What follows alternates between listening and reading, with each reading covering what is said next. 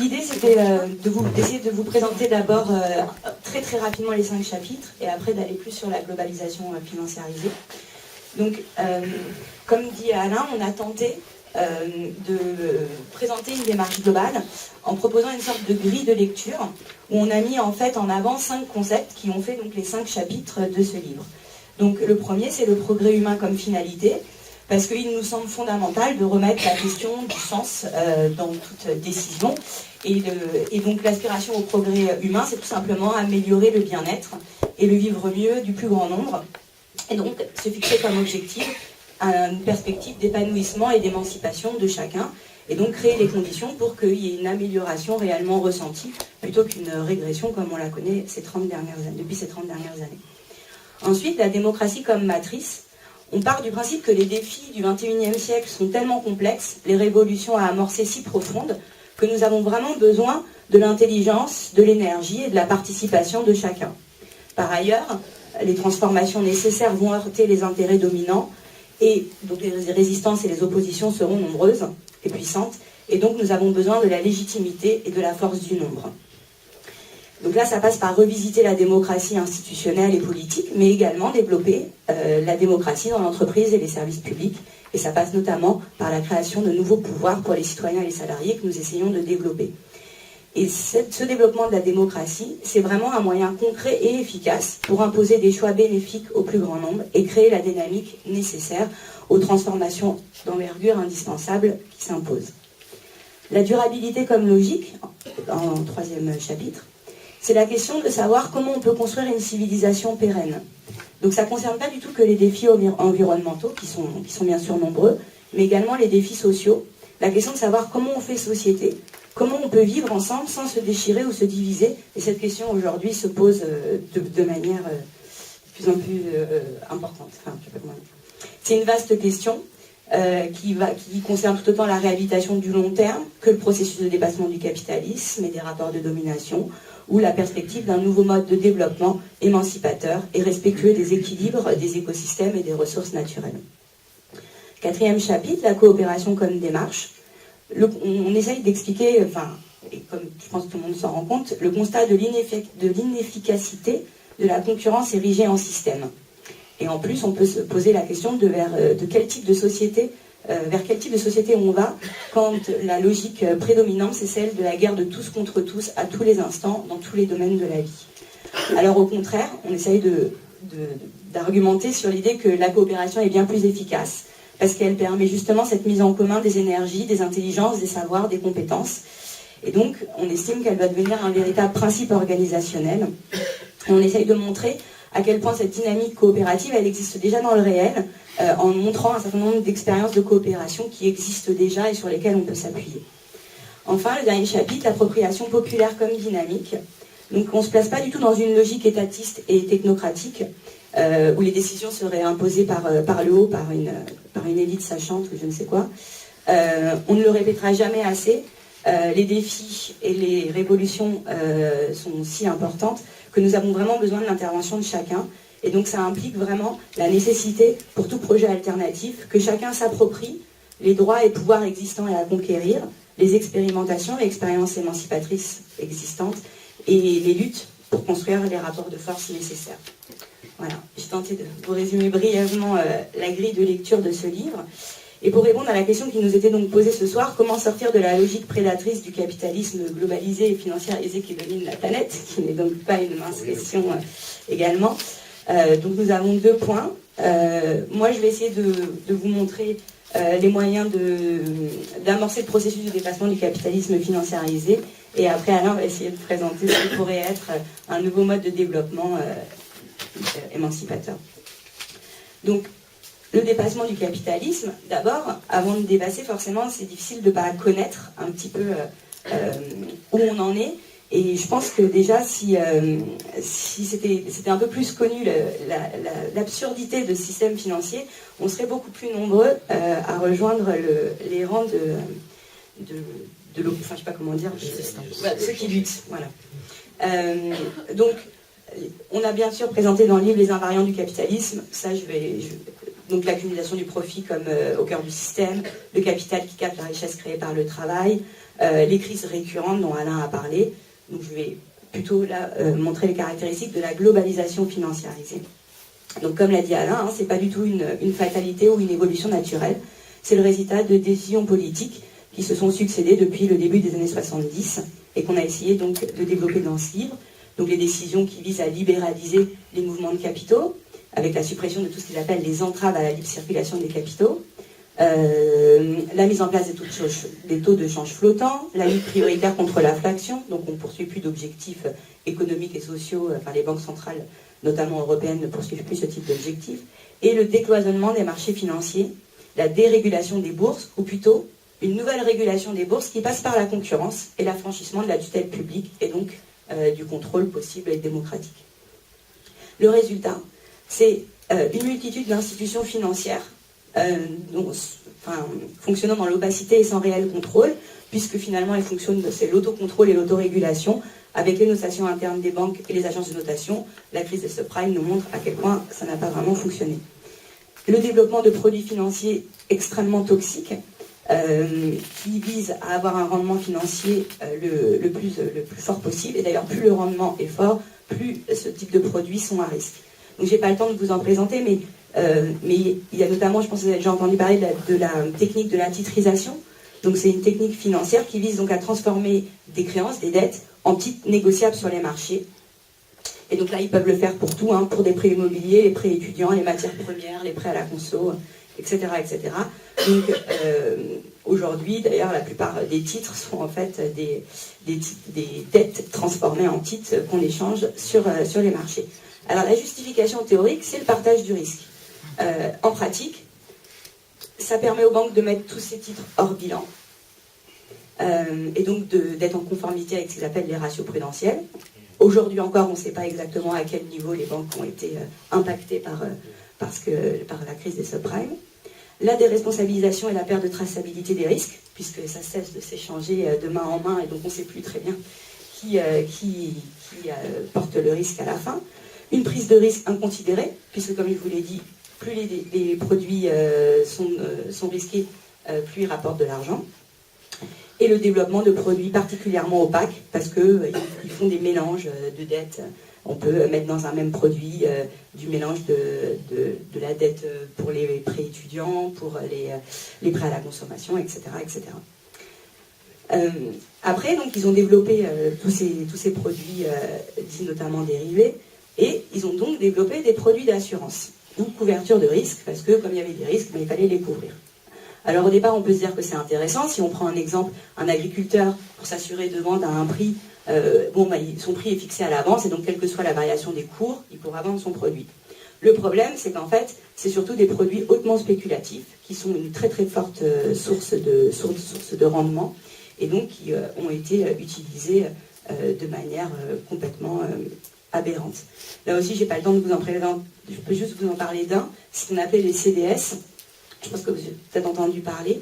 C'est des contrats d'assurance conclus entre acheteurs et vendeurs en vue de se couvrir donc, contre un risque de défaillance de remboursement. Alors, forcément, c'est très rémunérateur tant que le risque ne se réalise pas. Et c'était le problème des subprimes, c'est qu'au bout d'un moment, beaucoup de gens ne pouvaient pas payer. Donc, les contrats d'assurance qui étaient mis en place ne pouvaient pas non plus couvrir l'ensemble des risques.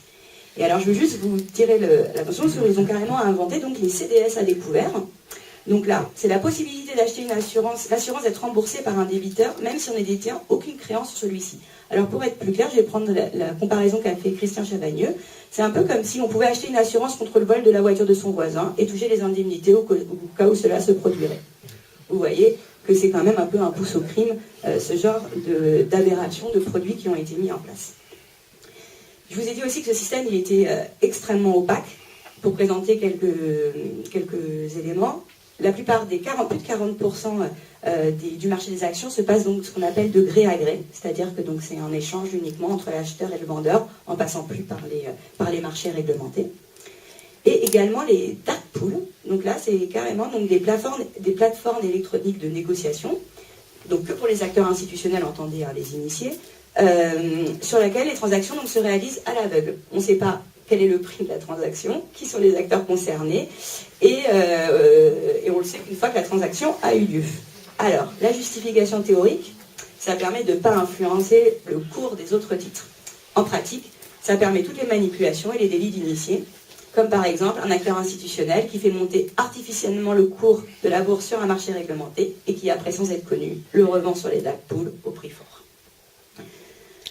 La fuite en avant spéculative liée à l'utilisation des technologies, comme je ne sais pas si vous avez entendu parler du trading automatique. Donc là, c'est des algorithmes informatiques qui déterminent automatiquement les différents paramètres des ordres, les décisions, les décisions qu'il faut lancer en ordre, la date, etc., etc. Bref, c'est des robots qui vendent et qui achètent des titres en fonction donc d'algorithmes prévus donc, notamment par nos polytechniciens. Qui ne réparent pas les trains. Enfin, et donc, maintenant, carrément, le trading haute fréquence, donc ça, c'est le trading automatique, mais à l'échelle de la milliseconde. Donc, sachant que, par exemple, là, j'ai trouvé ça comme, pour faire une métaphore, donc, par exemple, une transaction faite à 37 microsecondes, soit 6756 fois plus vite qu'un clin d'œil. Donc, on peut comprendre à quel point c'est utile ce genre de choses. Donc ça c'est extrêmement développé. Hein. C'est-à-dire qu'on estime qu'aux États-Unis, 60% des transactions qui passent par le trading automatique, et en Europe, plus de 40%. Et alors, c'est développé, donc là, bien évidemment, hein, il y a des manipulations de course, il y a des variations quotidiennes complètement inexpliquées. Et alors, c'est développé un nouveau phénomène, c'est ce qu'ils appellent donc les cracks éclairs, ou flash cracks. Donc là, il y a une étude qui montre qu'il y en a eu 1820 depuis entre 2006 et 2011, soit 10 par jour. Donc par exemple, pour vous prendre un exemple, en 2003, une firme américaine a fait faillite en 16 secondes parce qu'un employé avait déclenché par erreur un mécanisme algorithmique. En 2010, l'effondrement de l'indice du Dow Jones de 10% en quelques minutes à cause de l'émission d'un seul ordre automatique sur les marchés de dérivés. Et donc forcément, après, les traders qui sont un peu suivistes a continué à aggraver la baisse du cours. Ou beaucoup plus récemment, 23 avril 2013, un faux tweet annonçant des explosions à la Maison Blanche et Obama blessé, et le marché des actions s'est effondré. Et la bourse a perdu 148 milliards en une minute qui sont repartis après 3 minutes plus tard. Donc vous voyez, là c'est des choses comme ça, mais on peut vraiment imaginer toutes les manipulations qu'ils font derrière. Il faut que j'avance. Bon bref,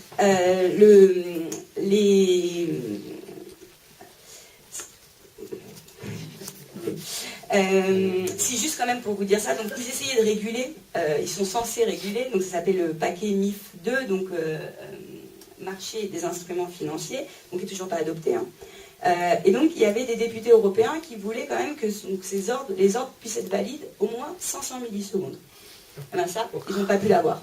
Les Anglais s'y sont opposés. Donc on voit à quel niveau ils vont vraiment réguler le système.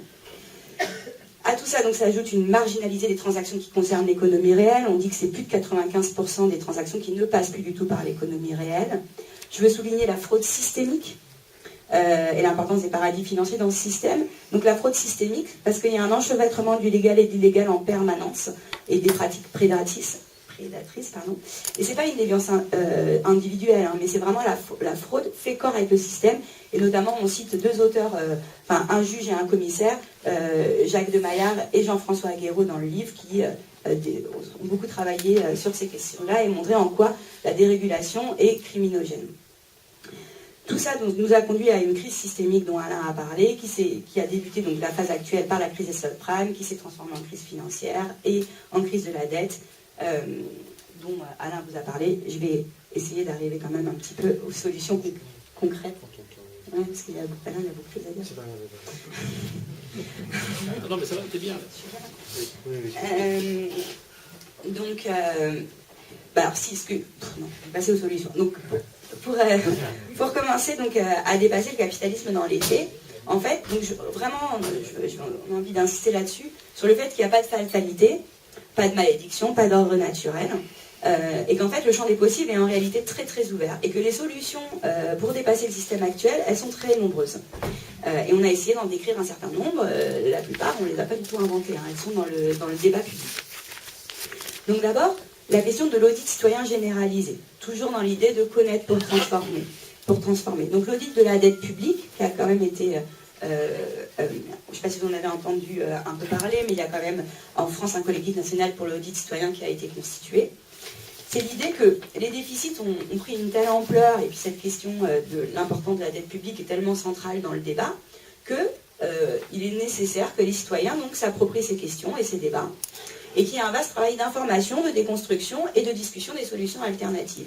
Parce qu'on nous met la dette comme ça dans un même sac, sauf qu'on occulte que l'endettement public en lui-même, il n'est pas forcément négatif. Il peut être sain et légitime quand il vise à investir pour améliorer le présent, préparer l'avenir ou constituer un patrimoine pour les générations qui viennent. Puisque tous les équipements collectifs, les infrastructures, les laboratoires, etc., ils ne servent pas quelques années, on continue, nous, à bénéficier de choses qui ont été construites bien avant nous.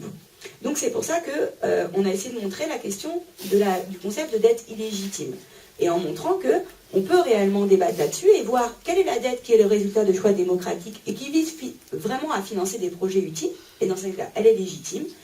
La dette qui vise uniquement donc que nos finances publiques payent l'endettement spéculatif des marchés et des banques, on peut se poser la question de savoir si on va tout payer, et dans l'absolu, on peut mener un rapport de force pour ne pas avoir à payer l'ensemble de cette dette. Cet audit, si vous voulez, plus tard je pourrais vous dire les critères qui ont été développés sur cette question de dette illégitime. L'audit, pour nous, il doit aller beaucoup plus loin que la question de la dette, il doit aussi concerner la sphère économique et financière. Parce qu'à titre de confidence, vous verrez, si vous regardez que c'est un chapitre extrêmement long, je pense qu'on a passé énormément de temps à essayer de décrire cette globalisation financiarisée, mais honnêtement, je pense qu'on a réussi à percevoir le sommet de l'iceberg. Et c'est quand même extrêmement compliqué de connaître ce système. Et donc, c'est pour ça qu'il y a besoin vraiment de l'appropriation de ces connaissances par tout le monde, et donc de pouvoir poser les questions aussi. Donc on doit pouvoir poser aux entreprises économiques et les entreprises financières la question donc de savoir où et comment sont réalisés les bénéfices, quelles sont les méthodes d'optimisation fiscale, quels sont les objectifs réels de rentabilité des capitaux, etc. etc.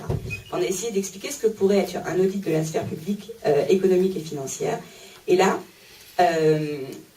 on peut se poser la question, c'est irréaliste, et c'est pas irréaliste si on s'en donne les moyens démocratiques, et dans ces cas-là, les nouveaux pouvoirs d'intervention des travailleurs qu'on a développés dans le chapitre de la démocratie seraient extrêmement importants et nous permettraient de pouvoir aussi réaliser cet audit.